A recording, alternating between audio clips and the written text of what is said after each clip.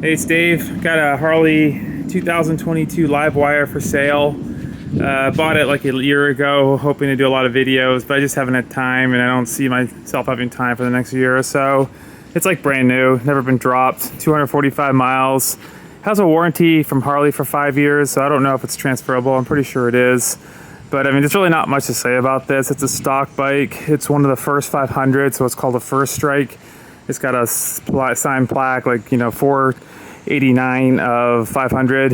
It's really just perfect the way it is. The only issue I had was the mirrors were touching my hand, so I moved them back this way, and it's fine now. I've seen some guys actually put them underneath. I think that's pretty clever. I don't know if it's going to interfere with these signals, but I don't think it does.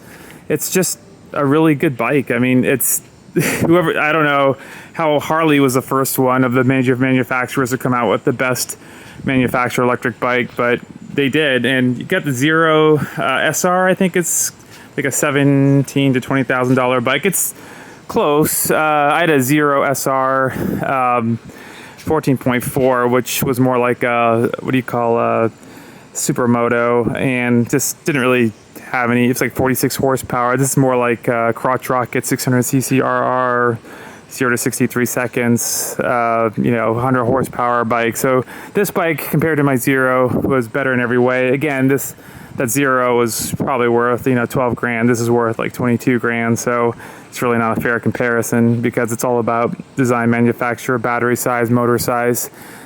This one's got ABS and a host of traction features. It's probably the most expensive bike I've ever owned in my life. I've had 120, I think, so far. So this was, not usually. I usually get the $5,000 to $8,000 motorcycles, but basically you go up here, that turns it on, and then I would show you it revving like I do with my other bikes in my videos, but you can't do that. There's no clutch, there's no shifter. So if you're a beginner rider, like these bikes are like way better than a gas bike, unless you can find one that's automatic. There's a couple out there, but it's really easy to ride, and it's lower center of gravity because you can see the motor is below, so that keeps the weight down, and it's 50-50 with the battery. Unlike a gas bike that has a gas tank, so once the gas gets less, it handles a little differently. This doesn't, because the battery doesn't weigh any different when it's charged or not charged. I've watched some videos. Guys are getting between 70 to 140 miles. So if you drive it fast on the highway, it's going to not have a long range. If you drive it slow, it will. Charging is easy. You can do it at home. It's got like this, you flip this up here. I can't do it with one hand, but basically it charges in there. And then you can also do fast charging, unlike the Zero, but you have to find a DC charger. And basically, it's really nice because it doesn't really, I think it does have a 12-volt battery for the starting systems, which I've never had an issue with. So I don't know if it's because the main battery supplies power, but the ones with alarms like this one, and I had a V-Rod Harley that had an alarm, or a BMW with an alarm, and they usually discharge fast. This one I never had an issue with. So, and I've never had any issues with it. You don't have to oil the chain because there's a belt, and there's no oil, no coolant.